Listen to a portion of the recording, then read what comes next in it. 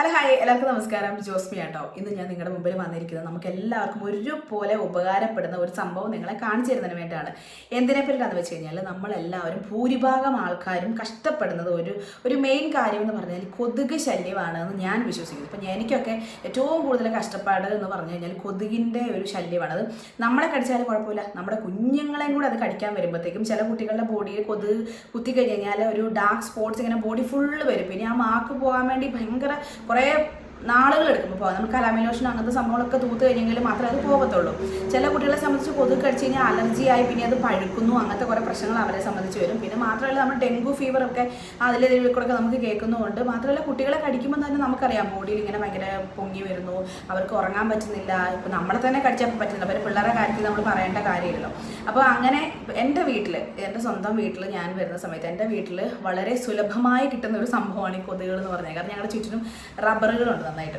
അപ്പോൾ ആ പരിസരത്തും എല്ലാം കൂടെയുള്ള കൊതുകുകളെല്ലാം കൂടെ ഒരു വൈകുന്നേര സമയത്തും രാവിലെ സമയത്തും ഒക്കെ ഒരു വൈകുന്നേരം 5 മണി സമയം കഴിയുമ്പോഴത്തേക്കും എല്ലാം കൂടെ ഇങ്ങോട്ടേക്ക് വരുവാണ്. നമ്മൾ എത്ര ചിരട്ടയൊക്കെ കമത്തി വെച്ചെന്ന് പറഞ്ഞു കഴിഞ്ഞാൽ ഈ കൊതുകുകൾ എന്താണെന്ന് അറിയത്തില്ല, നമ്മുടെ വീട്ടിൽ അത്രയ്ക്ക് നിറഞ്ഞു നിൽക്കുക കേട്ടോ. അപ്പോൾ ഞാൻ നിങ്ങളുടെ മുമ്പിലേക്ക് കാണിച്ചു തന്നിട്ടുണ്ട്.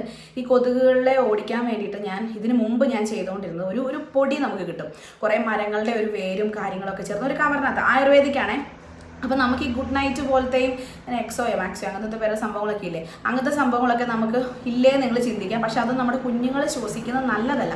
റൂമിലൊക്കെ അത് കത്തിച്ച് കൊതുകുകൾ വരാതിരിക്കാം, നല്ലതായിരിക്കാം. പക്ഷേ അത് നമ്മുടെ കുഞ്ഞുങ്ങൾക്ക് അത് അത്ര നല്ലതല്ല. അപ്പോൾ നമുക്ക് നാച്ചുറൽ ആയിട്ടുള്ള സംഭവങ്ങൾ കൊണ്ട് മാത്രമേ പറ്റത്തുള്ളൂ. അപ്പം പണ്ടത്തെ ആൾക്കാരെന്നൊക്കെ പറയുമ്പോൾ എങ്ങനെയാണ് ഈ പുകച്ചുകൊണ്ടൊക്കെ നടക്കുമല്ലോ. അപ്പം അതുപോലെ ഒരു സംഭവമാണ് ഞാൻ ഇതിന് മുമ്പ് ജ്വാൻ്റെ സമയം തൊട്ടും ഞാൻ ഉപയോഗിച്ചുകൊണ്ടിരുന്നത്. നല്ല ചൂടുണ്ട്, അതിൻ്റെ വേർക്കുന്നുണ്ട്.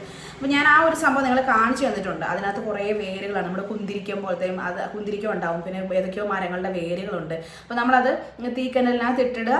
എന്നിട്ട് നമ്മളിങ്ങനെ വീടിനകത്ത് ഇങ്ങനെ പോച്ചണം എടുക്കുക. വൈകുന്നേര സമയത്ത് ജനലും വാതിലെല്ലാം അടച്ചിട്ട് പോച്ചണം എടുക്കുക. അപ്പോൾ ആ കൊതുകുകൾ പോകും. അത് നല്ല അടിപൊളി സാധനമാട്ടോ. അപ്പോൾ ഞാൻ ഇപ്രാവശ്യം എൻ്റെ വീട്ടിലോട്ട് ഞാൻ കുറച്ച് ദിവസം നിൽക്കാൻ വേണ്ടി വന്നപ്പോഴത്തേക്ക് ഈ കൊതുകുകളുടെ ശല്യം കാരണം ജോഡുവിൻ്റെ ദേഹത്തെന്ന് പറഞ്ഞു കഴിഞ്ഞാൽ ഫുൾ കുരുക്കളാണ്. കുരുക്കളെന്ന് പറഞ്ഞു കഴിഞ്ഞാൽ പാവം അതിനെ ഉറങ്ങാൻ പോലും പറ്റില്ല. കൊതുകുകൾ മാത്രമല്ല, ഈ പ്രിക്ക് എന്ന് പറഞ്ഞ സാധനമുണ്ട്. നിങ്ങളൊക്കെ അതിനെ എന്താ പറയുന്നത് എനിക്കറിയത്തില്ല. നമ്മളൊക്കെ പ്രിക്ക് എന്ന് പറയാം. നമ്മുടെ കണ്ണിപ്പോലും കാണൂലാത്തൊരു തരി സാധനമുണ്ട്, അതും കൂടെ വന്ന് കടിക്കും കേട്ടോ.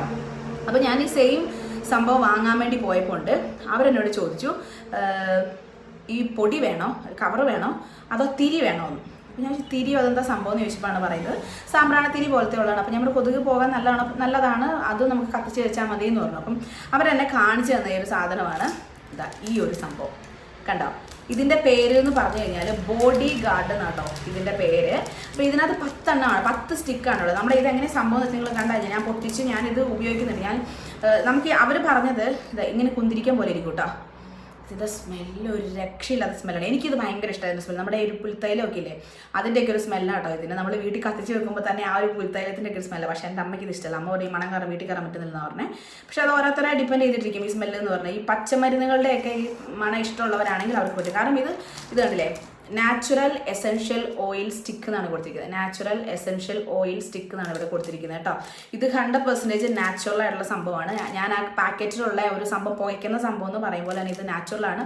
അതുകൊണ്ട് തന്നെ നമ്മുടെ കുഞ്ഞുങ്ങൾക്ക് ശ്വസിച്ചാലും കുഴപ്പമില്ല, നമുക്ക് ശ്വസിച്ചാലും കുഴപ്പമില്ല. അപ്പം ഞാനിത് അവരോട് ഞാൻ ചോദിച്ചു ഇതാണോ അതാണോ നല്ലതെന്ന് ചോദിച്ചതിലേക്ക് അവർ പറഞ്ഞു നമുക്ക് ഉപയോഗിക്കാൻ കുറച്ചും കൂടെ എളുപ്പം ഇതാണ്. കാരണം ഇത് കത്തിച്ചിട്ട് സാമ്പ്രാണത്തിരി കത്തിക്കുമ്പോൾ നമ്മൾ എവിടെയെങ്കിലും കൊണ്ട് കത്തിച്ച് വെക്കുക. അത് നമ്മുടെ മെയിൻ ഹോളിൽ കത്തിച്ച് വെക്കാനാണ് അവർ പറഞ്ഞത്. അപ്പോൾ ഞാൻ മെയിൻ ഹോളിലും കത്തിച്ച് വെക്കും, അതുപോലെ ഞാൻ കിടക്കുന്ന റൂമിൽ ഞാൻ കത്തിച്ച് വെക്കും. കാരണം കൊതുകിനെ മൊത്തത്തിലങ്ങ് ഒഴിവാക്കാൻ വേണ്ടിയിട്ട്.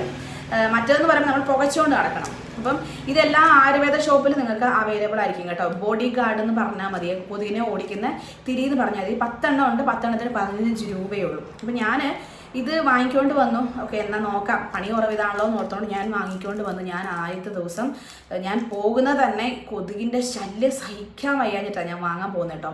ഞാൻ വൈകുന്നേരം വന്ന് ഞാനിത് കത്തിച്ചു, ജനലൊക്കെ അടച്ചിട്ടു.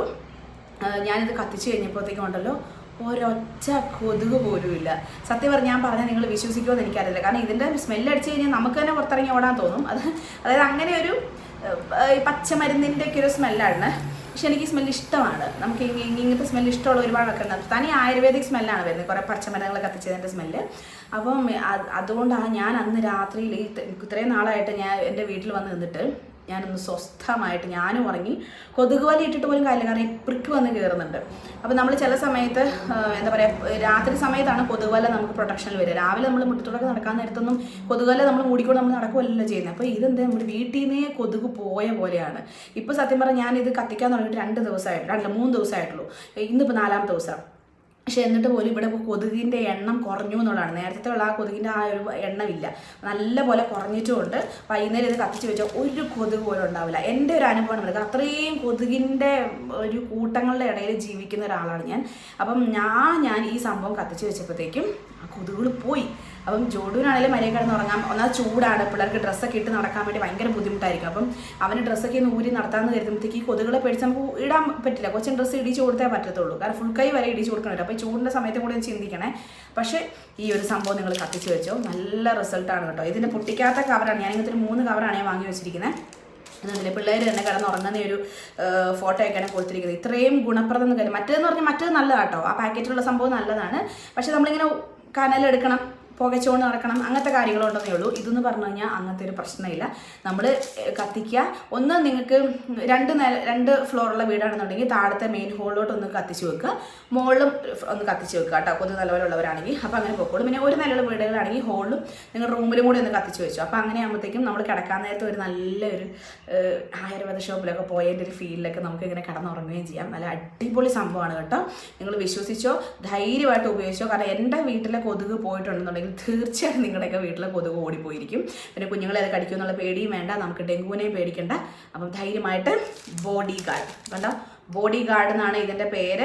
അപ്പം നാച്ചുറൽ എസെൻഷ്യൽ ഓയിൽ സ്റ്റിക്കാണ്, അങ്ങനെ പറഞ്ഞാൽ മതി. ബോഡി ഗാർഡ് കൊതുകിനെ ഓടിക്കുന്ന സാമ്പ്രാണിത്തിരി പോലത്തെ സംഭവം ഉണ്ടോ എന്ന് അങ്ങ് പോയി ചോദിച്ചാൽ മതി. ബോഡി ഗാർഡിൻ്റെ പേരും അങ്ങോട്ട് പറഞ്ഞു കേട്ടോ. ഓക്കെ, അപ്പോൾ വീഡിയോ ഉപകാരപ്പെട്ടു എന്ന് കരുതുന്നു. എല്ലാവർക്കും ഷെയർ ചെയ്ത് കൊടുക്കുക. കാരണം ഈ ഒരു കൊതുകിൻ്റെ ശല്യം എന്ന് പറഞ്ഞു കഴിഞ്ഞാൽ ഓൾമോസ്റ്റ് എല്ലാവരെയും ബുദ്ധിമുട്ടിക്കുന്ന ഒരു കാര്യമാണ്, പ്രത്യേകിച്ച് കുഞ്ഞുങ്ങളുള്ള വീട്ടിൽ.